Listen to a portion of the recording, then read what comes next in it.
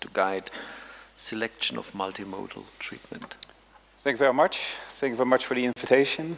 What I would like to do is to briefly go over the current multidisciplinary management of esophageal and gastric cancer and present some considerations for treatment selection, partly based on patterns of recurrence. So to start with esophageal cancer, this is a very general slide, but it's important to emphasize that the incidence is rapidly increasing, that a significant proportion of patients present with resectable disease, but a significant proportion with irresectable disease, and that although the squamous cell carcinoma subtype is predominant worldwide in most European countries, adenocarcinoma now exceeds squamous cell carcinoma. This is a slide on the right side taken from a Dutch population study showing that in particular in males the adeno subtype is rapidly increasing. And this slide is just to show you that a significant proportion present with localized and regional disease, and on the right that the main progression in cure rates have been achieved in localized and regional disease. So it's important to focus on that subgroup of patients. This slide shows you the ESMO guidelines 2016, which includes different perioperative strategies for locally advanced, non-metastasized esophageal cancer. So we'll briefly go over the different strategies, to start with neoadjuvant chemoradiotherapy that's been applied in both squamous cell carcinoma and adeno subtypes. And the study that in many countries changed practice is the CROSS trial, which has already been mentioned before, randomizing patients both with adenocarcinoma and squamous cell carcinoma to neoadjuvant chemoradiation or surgery alone. An updated survival analysis showed a persistent increase in survival in this trial. And on the right side you can see that the improvement in survival was most notably in squamous cell carcinoma population, but also in adenocarcinoma there was a significant increase in survival. Our zero resections rate increased by the neoadjuvant strategy up to more than 90%. And if you look at the PCR rates, you can again see the differential effect between the adenocarcinoma, 23% PCR versus almost 50% in squamous cell subtype, and a significant nodal downstaging by the neoadjuvant treatment. Zooming in on the patterns of recurrence in this trial, you can see that there was a reduction in distant recurrences from 48 to 39%, but the most impressive reduction was in the local regional recurrence from 38 to 22%. And if we then look where these local regional recurrences occurred in relation to the radiation field, then it was found that a very small proportion, around 5% of these local regional recurrences occurred within the treatment field. And as prognostic factors for local regional recurrences, the nodal stage, histological subtype, and the treatment were identified.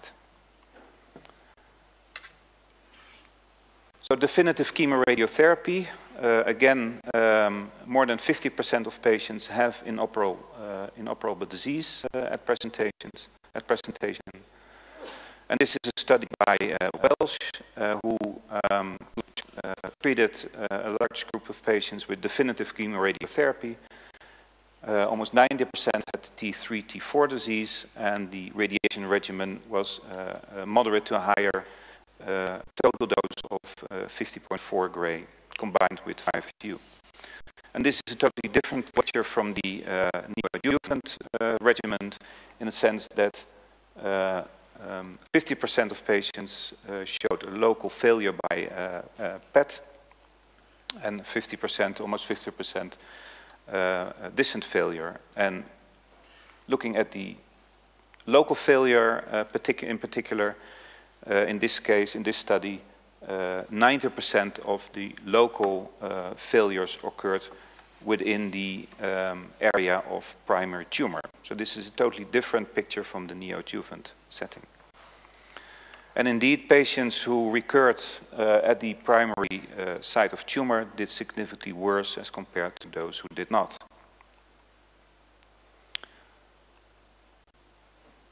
So what about perioperative chemotherapy?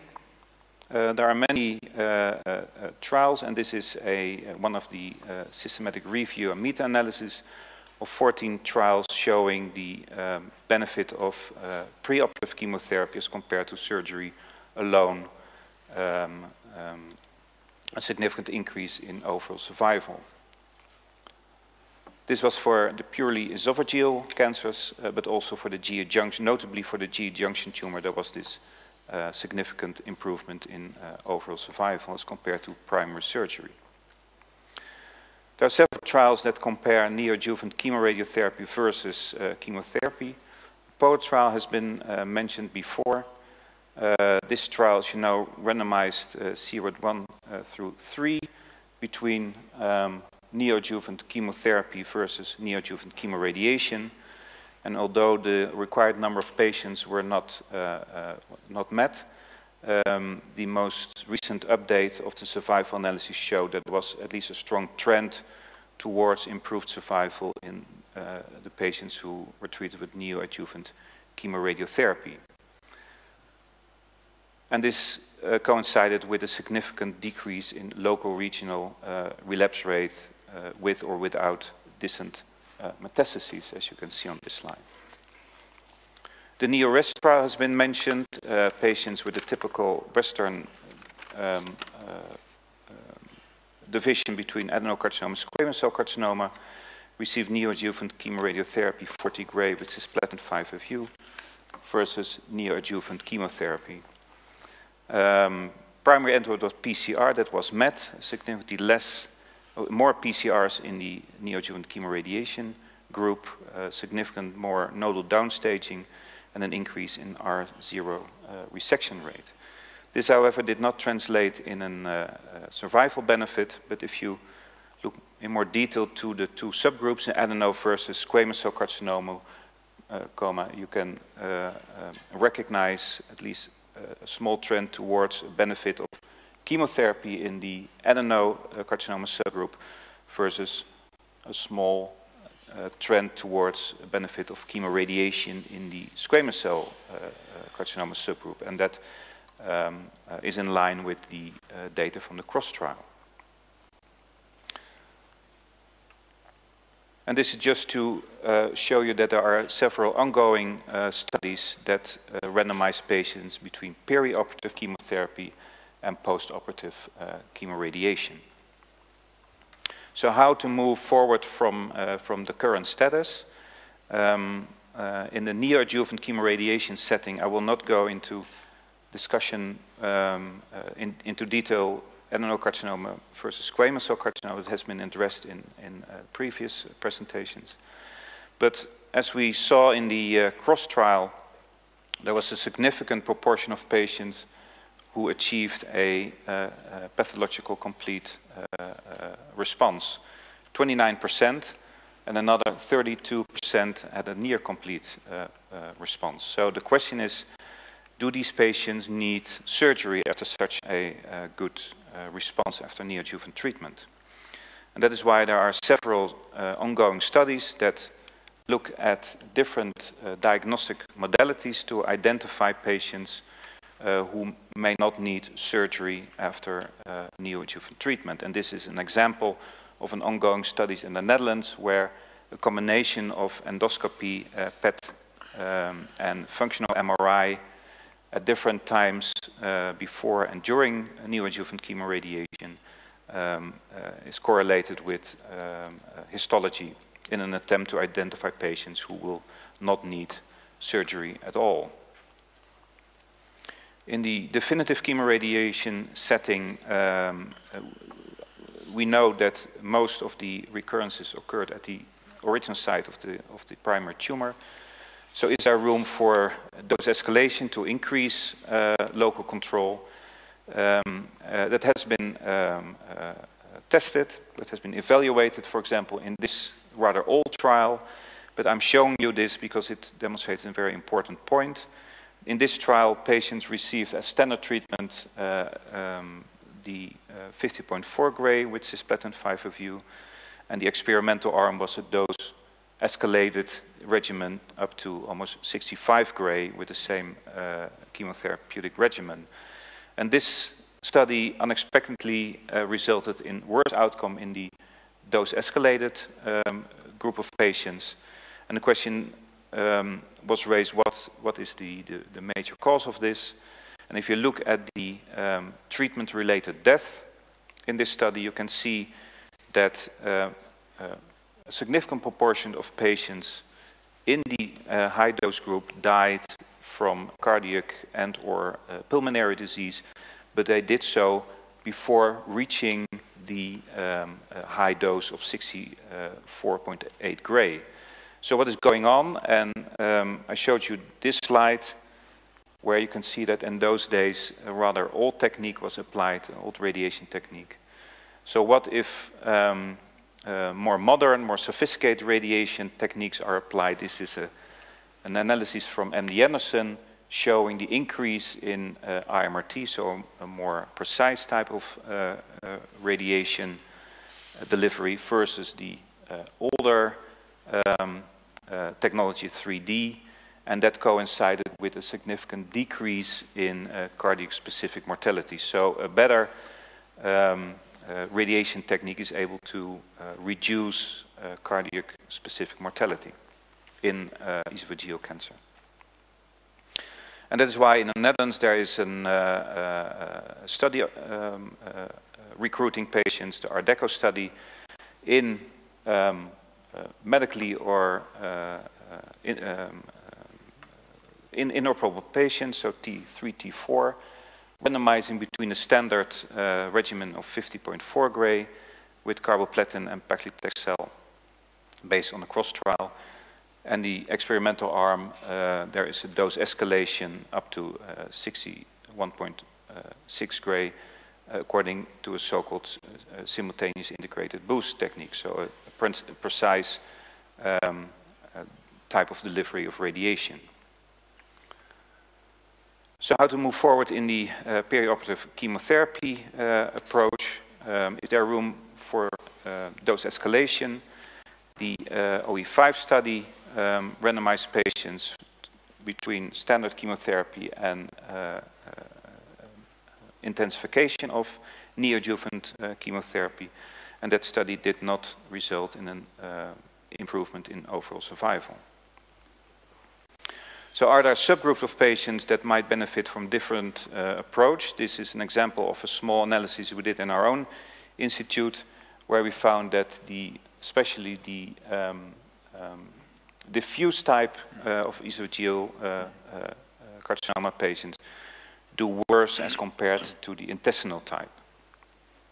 There are other subgroups, those patients who express HER2/neu, around 15%, and the TRAP feasibility trial, the EORTC trial, combines the cross regimen with concomitant and adjuvant trastuzumab and pertuzumab, and the first results will be presented soon.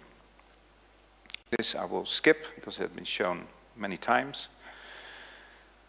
So the question is whether there is room for more intensified chemotherapy and or radiotherapy. That is still not completely answered. But further improvement might be expected from a more customized approach based on response profiles, histological molecular subgroups, and better and safer RT techniques. So moving to gastric cancer, again some figures. Proximal gastric cancers are increasing in incidence, cardiac and GE junction. the diffuse subtype seems to increase, and also in this disease, at clinical presentation, a large proportion of patients present with advanced disease and nodal disease. Prognosis is poor. These are data from the EORTC 4 and 5. You can see in Europe there's a 5-year survival of around 25%, and that has not really changed in these two time intervals. So surgery is the cornerstone of cure in this disease, and among others, the D1, D2 trial showed that an extended lymph node dissection in combination with a partial or total gastrectomy without splenectomy and pancreatectomy is the standard surgical approach. However, this leads to a significant incidence of recurrences, also local regional recurrences. Up to 54% of patients experience a local regional recurrence only. And that is why there are several neoadjuvant and adjuvant strategies tested in the past few decades. You know these studies. The SWOG intergroup trial showed a significant increase in survival by post-operative chemoradiation as compared to surgery only. And the MAGIC trial showed a significant benefit by perioperative chemotherapy. In the eastern part of the world, other approaches have been tested, and you can see that the survival curves are much different from the ones that are generated in the Western world. And the ARTIST trial showed no difference between post-operative chemotherapy and post-operative chemoradiation. The CLASSIC trial did show a significant increase in adjuvant chemotherapy as opposed to surgery only.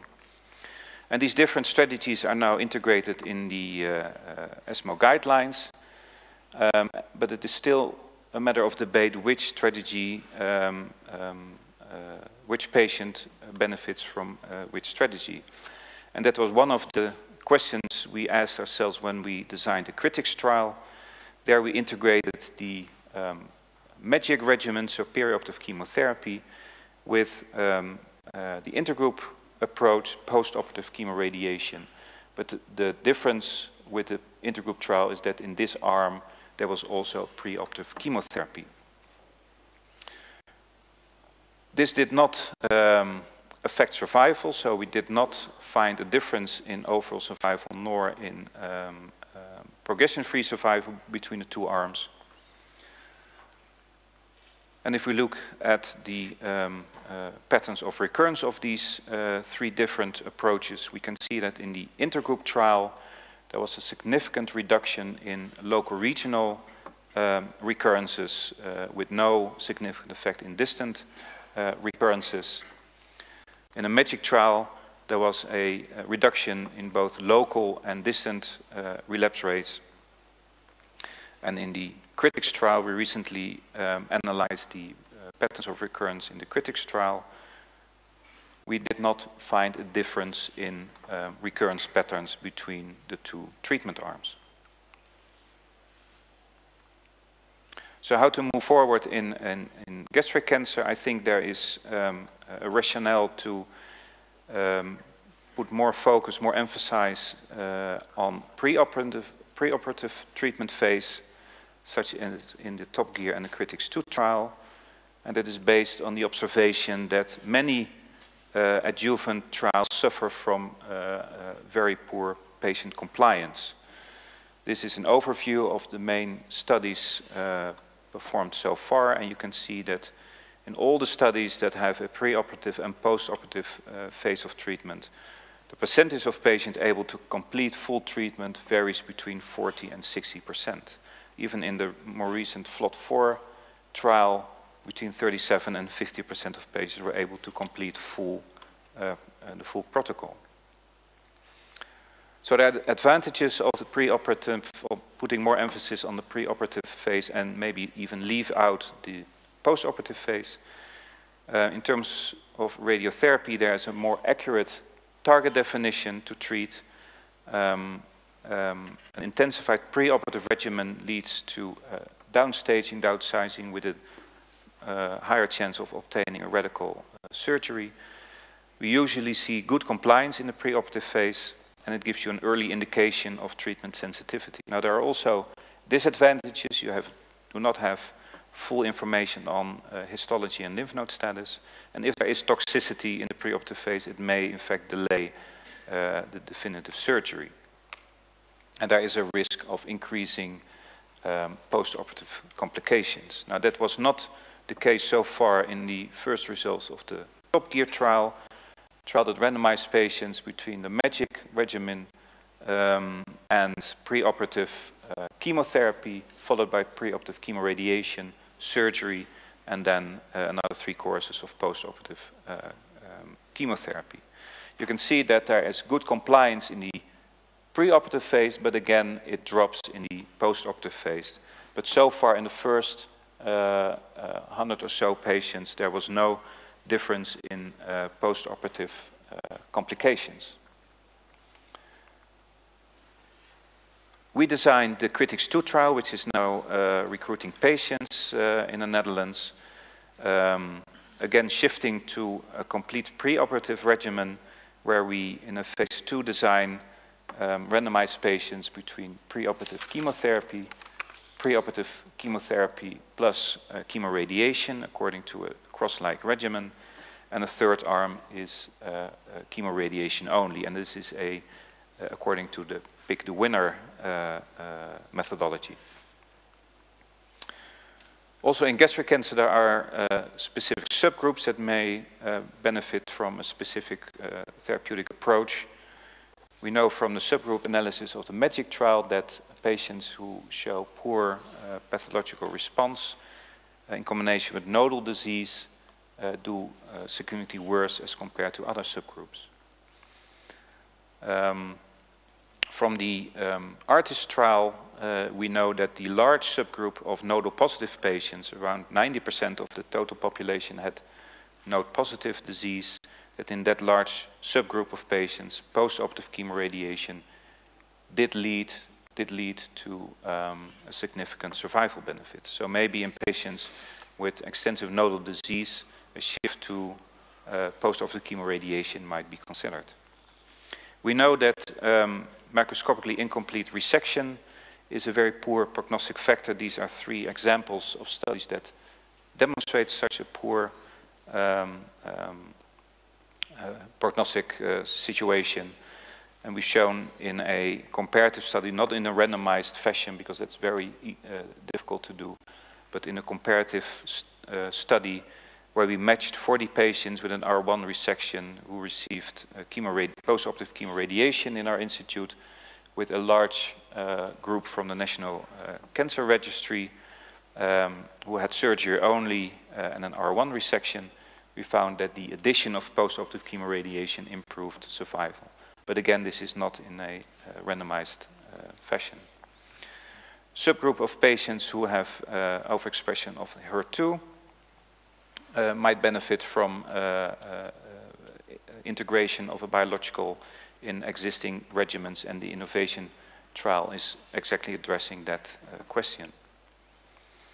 I will skip this, and this has already been discussed and will be discussed later, I guess. So to conclude this part on gastric cancer, there are several evidence-based strategies that improve surgical results, we think that the shift from post-operative to pre-operative treatment is an attractive next step. We need randomized studies that will define in a solid way subgroup of patients that benefit from a specific subgroup. And well, this is no need to say, but again, the treatment of gastric cancer and esophageal cancer is a multidisciplinary effort and also should be performed in high volume centers. And my last slide shows the investigators involved in the critics trial and the RGI team at NKI. I thank you for your attention.